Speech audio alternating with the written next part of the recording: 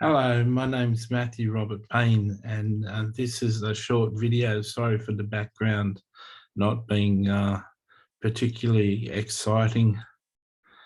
What's the truth about Mary Magdalene and Jesus? There's been books written that have speculated that Mary Magdalene married Jesus Christ and they had a royal lineage. They had a baby and there's a royal bloodline. And there was a famous book written about that was made into a film. And I forget the name of the book. I didn't have much respect for the book. Um, Many people think that Mary Magdalene and Jesus got married, but if that was the case, Jesus wouldn't have been crucified and he wouldn't have died. And so the whole Christian faith falls over because of that, because it's based on the death and the resurrection of Jesus Christ. So Mary Magdalene and Jesus didn't marry, but they were very close. And I've got a book, I've got two books where I do an interview with Mary Magdalene, and I've got a third book called Mary Magdalene, the Untold Story. And that's a lot more detailed than this video is going to be. But essentially, Mary Magdalene, when she met Jesus, was working as a high-class escort. And she's the sort of escort that could charge $10,000 an hour. She charged in today's money like a couple of $100,000 for a weekend. And she used to be booked by the most richest men in Israel and the surrounding nations. She used to earn so much money that she didn't work all the time, and she used to travel to other countries and sit under great philosophers and listen to their wisdom. And that's why she got so attracted to Jesus, because he had a reputation.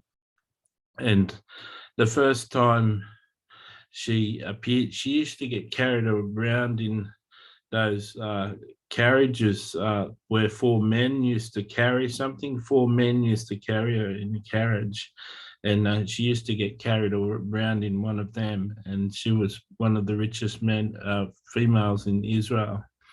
And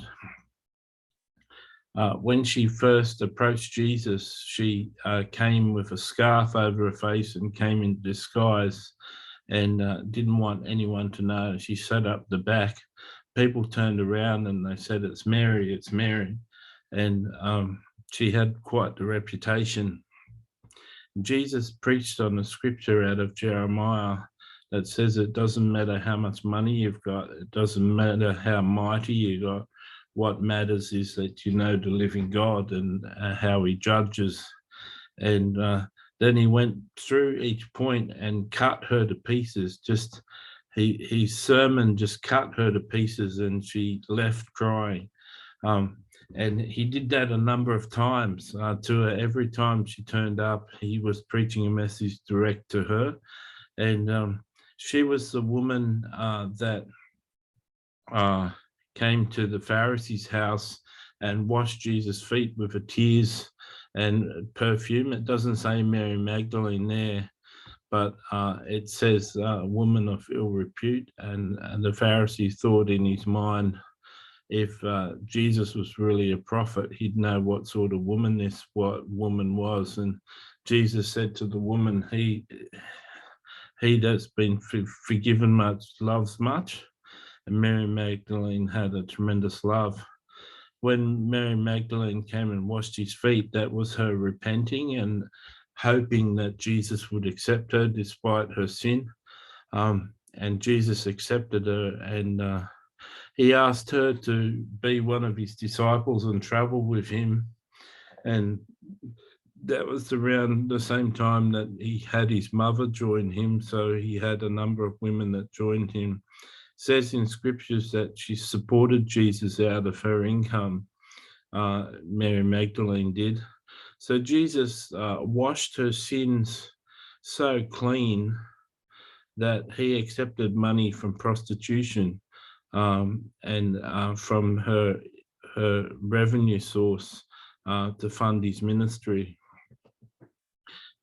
Mary Magdalene, prostitutes have a real skill. I've had an addiction to prostitutes for many years, and was in addiction for many years to prostitutes, and have a real skill of getting on with strangers and asking a lot of questions. Mary used to ask Jesus a lot of in-depth questions, and she was very hungry for the things of the Lord. And she used to really get inside Jesus and get really personal with him, and she became a very intimate friend of his. And she actually became closer to him than his male disciples. And I have a personal belief that there were more passages in the Gospels with Mary Magdalene in, and I believe the Gospels got edited. I believe Mary Magdalene got written out of the Gospels. So Mary was really close to Jesus, and they had an intimate relationship. I remember I seen a vision of her going down to pray with him in the morning. One morning, Jesus was praying, and Jesus got up from praying, and Mary went and asked him, "Are you ever going to marry?" And Jesus laughed at her, and he said, "I'm never going to marry, not even you." And she wept because she thought that she qualified to be his wife. And then he told her that, no, the Romans are going to crucify me, and the Jews are going to arrest me. And then she cried even more, saying, how, you know that song, "How can I live without you? How can I live without you if you were to die?" Well, that song, I don't know who sings that song, but "How Can I Live Without You" came from a film, Con Air. That theme song expresses how Mary Magdalene felt on that day. When she found out Jesus was going to be crucified, she wept for half an hour. And then Jesus told her he was going to be able to visit her in visions and come and bodily visit her. And she was going to have a relationship with him for the rest of her life. And then when she died, she'd go to heaven. So she was intimately close, and she was the only one that understood that Jesus was going to die on the cross. And so she was at his cross. Jesus was crucified naked, and they used to crucify people naked in those days. And so Mary Magdalene wasn't afraid of nakedness, and she was at the foot of his cross watching him, and they had a really intimate relationship.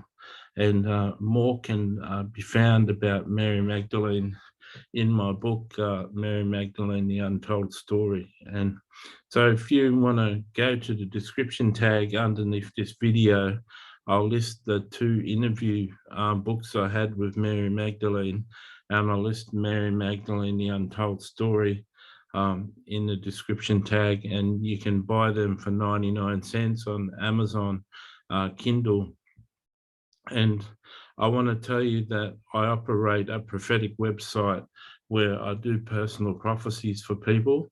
And a personal prophecy is similar to what a spiritual reading would be as a clairvoyant, but I'm a Christian prophet and I get my message off God. And you can request a personal prophecy off me for a donation of $30 Australian.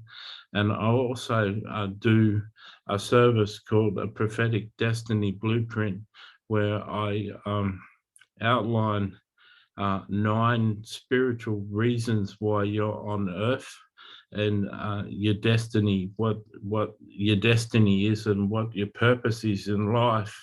And I suggest everyone get one of them for their life, because it tells them spiritually why they're here and what their purpose is. And you may have to save up for that, but I really encourage you to get that service. So you can Request a Prophecy. You can buy those books from Mary Magdalene. You can get a Prophetic Destiny Blueprint. I've also got a link where 40 of my books are free on a website in the description tag, so you can check out my books and read them for free. I think one of the Mary Magdalene books on that free website, so you can have a taste of that. So I hope this informed you of something. The fact that there's a royal bloodline isn't the fact, isn't the truth, and that's Satan's had it in for Mary Magdalene ever since she was with Jesus, and Jesus was very close to her. And you'll find out more in Mary Magdalene, the Untold Story. So God bless you. If you want to keep this and watch this video again, you can press like, and it'll save it to your like files on YouTube. And if you found this content interesting and you want to see more content, you can subscribe to me. I'd appreciate your comments and feedback on this video, and God bless you.